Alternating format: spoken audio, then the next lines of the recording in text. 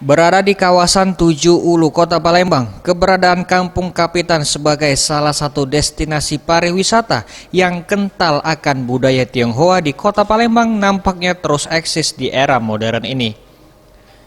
Dijelaskan hulu balang Kampung Kapitan Abdul Karim dengan menawarkan berbagai cerita, sejarah dan bentuk fisik bangunan rumah ibadah dan rumah leluhur yang telah berusia ratusan tahun. Kampung Kapitan masih terus dipadati pengunjung, bahkan mencapai 400 orang setiap bulannya yang berasal dari dalam maupun luar Kota Palembang, bahkan mancanegara.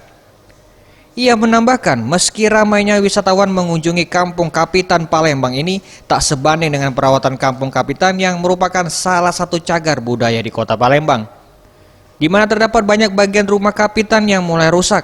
Oleh sebab itu diharapkan pemerintah dapat mengambil langkah nyata agar cagar budaya ini tidak semakin rusak. Nah itu jadi harusnya kalau mau berkembang Kampung Kapitan, harusnya pemerintah itu ada perhatian. Aku dia kekurangan di Kampung Kapitan ini, dia harus istilah kita nih memberi support lah ya. Tim Liputan Sriwijaya TV.